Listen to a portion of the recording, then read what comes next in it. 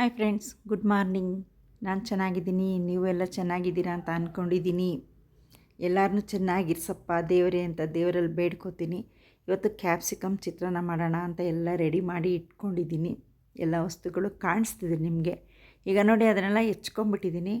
ಬೆಳ್ಳುಳ್ಳಿ, ಕೊತ್ತಂಬರಿ ಸೊಪ್ಪು, ಈರುಳ್ಳಿ, ಕರಿಬೇವು, ದಪ್ಪ ಮೆಣಸಿನ್ಕಾಯಿ. ಕ್ಯಾಪ್ಸಿಕಮ್ ಚಿತ್ರಾನ್ನ ಅಂದಮೇಲೆ ಕ್ಯಾಪ್ಸಿಕಮ್ ಇಲ್ಲ ಅಂದರೆ ಹೆಂಗೆ ಅದು ಅಲ್ವಾ.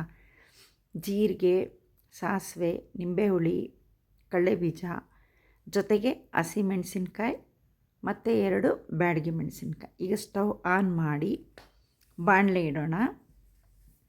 ನಾವು ಅಡುಗೆಗೆ ಕಡಲೆಕಾಯಿ ಎಣ್ಣೆನೇ ಉಪಯೋಗಿಸ್ತೀವಿ, ಅದು ಗುಡ್ ಫ್ಯಾಟ್ ಅಂತ, ಹೆಲ್ತ್ಗೆ ಒಳ್ಳೆಯದು ಅಂತ. ಸೊ ನಾನು ಅದನ್ನೇ ಹಾಕ್ತಾಯಿದ್ದೀನಿ. ಬೆಳ್ಳುಳ್ಳಿ ಯಾಕಪ್ಪ ಚಿತ್ರಾನ್ನಕ್ಕೆ ಅಂದರೆ, ಬೆಳ್ಳುಳ್ಳಿ ಎಲ್ಲದರಲ್ಲೂ ಉಪಯೋಗ ಮಾಡಿದ್ರೆ ತುಂಬ ಒಳ್ಳೆಯದು. ಅದು ಕ್ಯಾನ್ಸರ್ ತಡೆಗಟ್ಟುತ್ತೆ ಮತ್ತು ಜೀರ್ಣಕ್ರಿಯೆಗೆ ಒಳ್ಳೆಯದು. ಅದರಿಂದ ನಾವು ಎಲ್ಲದರಲ್ಲೂ ಬೆಳ್ಳುಳ್ಳಿ ಬಳಸ್ತೀವಿ. ಈಗ ಸಾಸಿವೆ ಹಾಕ್ತಿದ್ದೀನಿ. ಈಗ ಜೀರಿಗೆ ಹಾಕೋಣ. ಜೀರಿಗೆ ಹಾಕಿದ ನಂತರ ಕಡಲೆಬೀಜ ಹಾಕಬೇಕು. ಕಡಲೆಬೀಜ ಚೆನ್ನಾಗಿ ಫ್ರೈ ಆದರೆ ಒಳ್ಳೆ ಟೇಸ್ಟ್ ಬರುತ್ತೆ.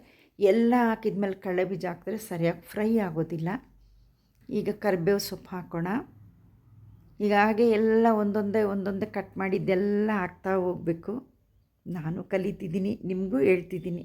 ನೀವು ಈ ಥರ ಒಂದು ಸರಿ ಮಾಡ್ಕೊಂಡು ನೋಡಿ, ಚೆನ್ನಾಗಿದ್ದರೆ ಮೆಸೇಜ್ ಮಾಡಿ ಚೆನ್ನಾಗಿದೆ ಅಂತ. ಈಗ ಬೆಳ್ಳುಳ್ಳಿ ಹಾಕ್ತಿದ್ದೀನಿ, ಅದು ಚೆನ್ನಾಗಿ ಫ್ರೈ ಆಗಬೇಕು, ಒಳ್ಳೆ ಸ್ಮೆಲ್ ಬರುತ್ತೆ. ಮತ್ತು ಈರುಳ್ಳಿ, ಈಗ ಕ್ಯಾಪ್ಸಿಕಮ್ಮು ಹಾಕ್ಬಿಟ್ರೆ ಸ್ವಲ್ಪ ಇದೊಂದು 2 ತಿರುಗಿಸ್ಬಿಟ್ಟು ಕ್ಯಾಪ್ಸಿಕಮ್ ಹಾಕ್ಬಿಟ್ರೆ ಅದ್ರದ್ದು ಫ್ಲೇವರ್ ಚೆನ್ನಾಗಿ ಬಿಡುತ್ತೆ. ಬೆಂದು ಈರುಳ್ಳಿ ಜೊತೆ ಮಿಕ್ಸ್ ಆಗಿ ಟೇಸ್ಟು ಚೆನ್ನಾಗಿ ಬರುತ್ತೆ. ಇದು ಸ್ವಲ್ಪ ಒಂದು 2-3 ಕೈ ಹಿಂಗೆ ಬಾಡಿಸಿ ನಂತರ ಹಾಕಬೇಕು. ನೀವು ಅಷ್ಟೇ ಪ್ರತಿಯೊಂದು ಅಡುಗೆಯಲ್ಲೂ ಬೆಳ್ಳುಳ್ಳಿನ ಚೆನ್ನಾಗಿ ಬಳಸಿ ಫ್ರೆಂಡ್ಸ್. ತುಂಬ ಒಳ್ಳೆಯದು ಆರೋಗ್ಯಕ್ಕೆ. ಎಂಥ ಕಫ ಶೀತ ಯಾವುದೂ ಇರಲ್ಲ. ನೋಡಿ, ಈಗ ಕ್ಯಾಪ್ಸಿಕಮ್ ಹಾಕಿ ಈರುಳ್ಳಿ ಜೊತೆ ಸ್ವಲ್ಪ ಟೈಮ್ ಬೇಯೋದಕ್ಕೆ ಬಿಡಬೇಕು. ಕೊತ್ತಂಬರಿನೂ ಹಾಕ್ಬಿಟ್ರೆ ಅದ್ರದ್ದು ಫ್ಲೇವರ್ ಚೆನ್ನಾಗಿ ಹಿಡ್ಕೊಳ್ಳುತ್ತೆ ಪ್ರತಿಯೊಂದರಲ್ಲೂ.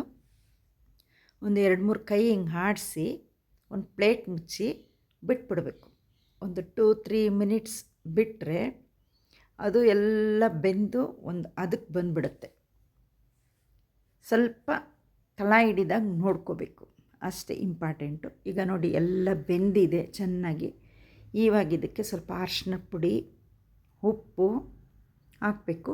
ಆದರೆ ನಿಂಬೆ ಹುಳಿನ ಬಿಸಿ ಇರೋವಾಗ ಹಾಕಬಾರ್ದು. ನಿಂಬೆ ಹುಳಿ ಬಿಸಿ ಇರೋವಾಗ ಹಾಕಿದರೆ ಏನಾಗುತ್ತೆ ಅಂದರೆ ಸ್ವಲ್ಪ ಕಹಿ ಅಂತ ಅನಿಸ್ಬೋದು.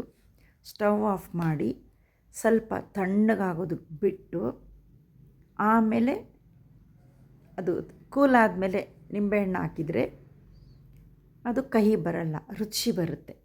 ಬೇಕಿದ್ದರೆ ನಾವು ಒಂದು ತುಂಡು ಶುಂಠಿ ಸೇರಿಸ್ಕೋಬೋದು. ಇವತ್ತು ನಾನು ಶುಂಠಿ ಹಾಕಿಲ್ಲ. ಆಮೇಲೆ ಅನ್ನದ ಜೊತೆ ಮಿಕ್ಸ್ ಮಾಡಿದರೆ ನೋಡಿ, ಘಮ ಘಮ ಘಮ ಘಮ ಕ್ಯಾಪ್ಸಿಕಮ್ ಚಿತ್ರಾನ್ನ ರೆಡಿ.